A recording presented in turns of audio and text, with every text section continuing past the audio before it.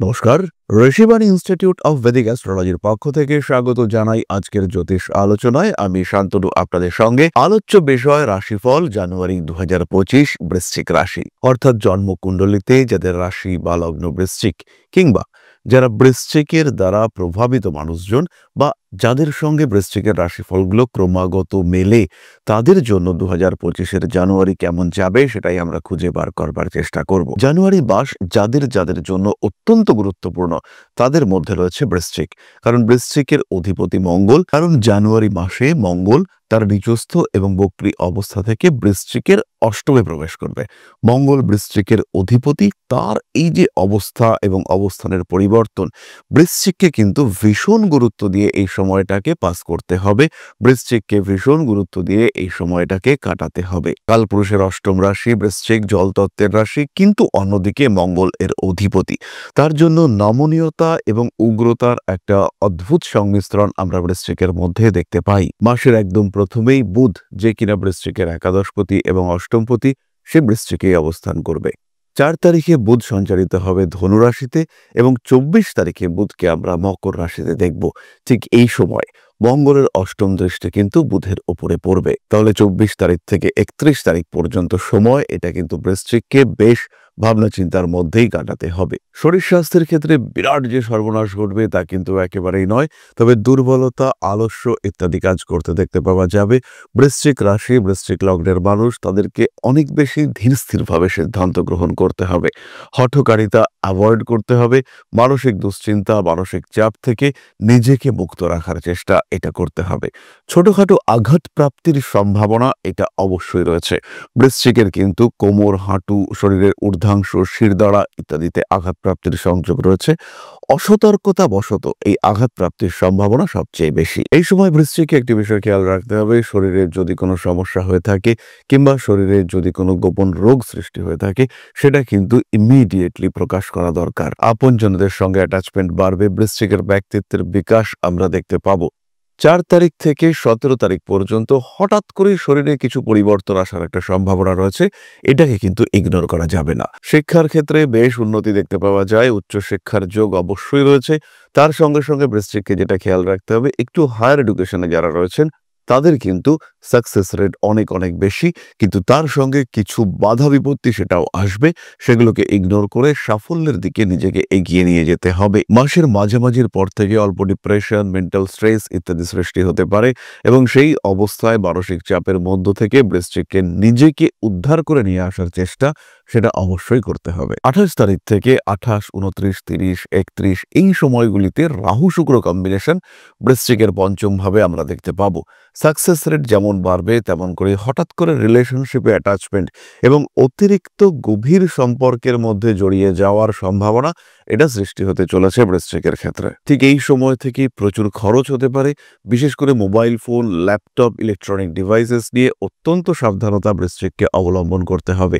অন্যথায় বৃশ্চিকের এই সমস্ত জিনিসপত্র খারাপ হতে পারে এবং পড়াশুনো, কোনো ইন্টারভিউ, এর সময় টাইম ম্যানেজমেন্ট এটাও কিন্তু বৃশ্চিকের জন্য একটু গন্ডগোল হয়ে যেতে পারে। আপনি ভাবছেন ট্রেন ধরবেন, ধরে ঠিকঠাক সময়ে পৌঁছবেন, হয়তো ওই দিনই ট্রেন লেট করলো, আপনি পড়লেন মহা সমস্যায়। তাই চেষ্টা করতে হবে টাইম ম্যানেজমেন্টে যেন কোনো ঘাটতি না থাকে। প্রেম, ভালোবাসা, বিবাহ ইত্যাদি বিষয় নিয়ে দুশ্চিন্তার কোনো কারণ থাকছে না, বরঞ্চ নতুন প্রেম আসার একটা সম্ভাবনা দেখতে পাওয়া যায়। বৃশ্চিকের ক্রিয়েটিভিটি ক্রমাগত বাড়ছে এবং সেটা আরো বাড়তে দেখতে পাওয়া যাবে।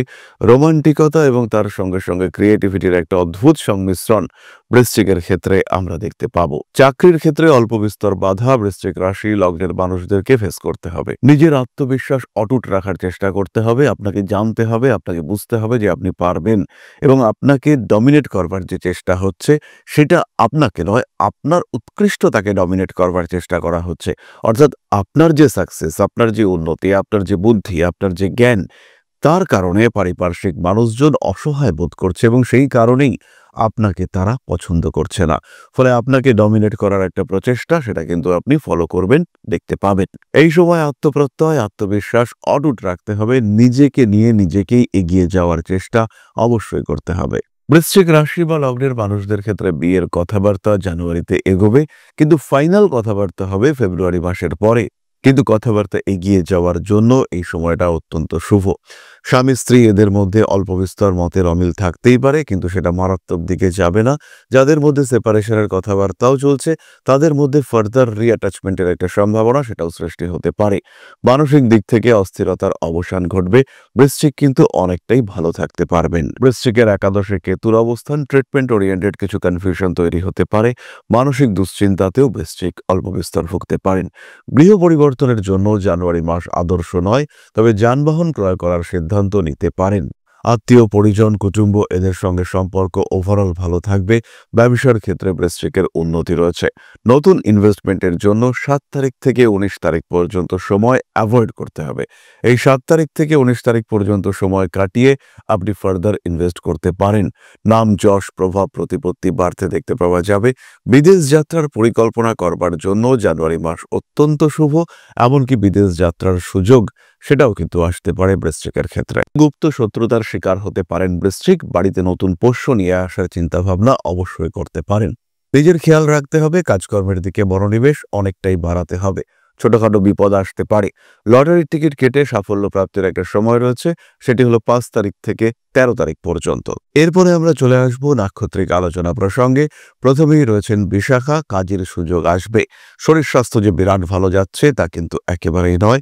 ধর্মকর্মের প্রতি মতি বৃদ্ধির সম্ভাবনা দেখতে পাওয়া যায়।